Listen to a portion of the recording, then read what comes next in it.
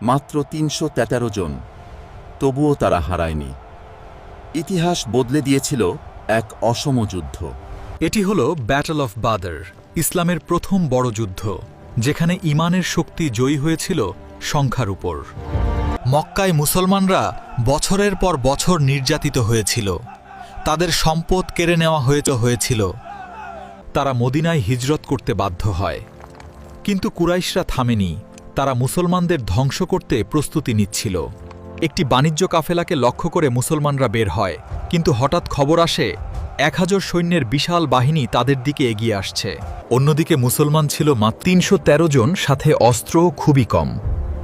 কিন্তু তাদের ছিল এক জিনিস, অটুট ঈমান।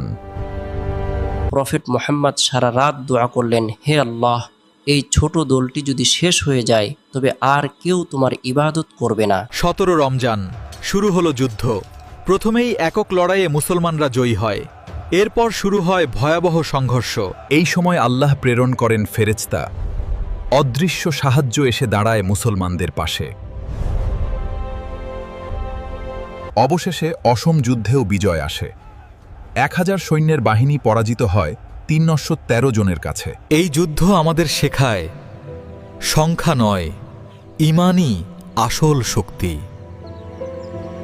বিজয়ের পরও মুসলমানরা দেখায় দয়া, বন্দীদের সাথে করা হয় মানবিক আচরণ। এটাই ইসলামের শিক্ষা।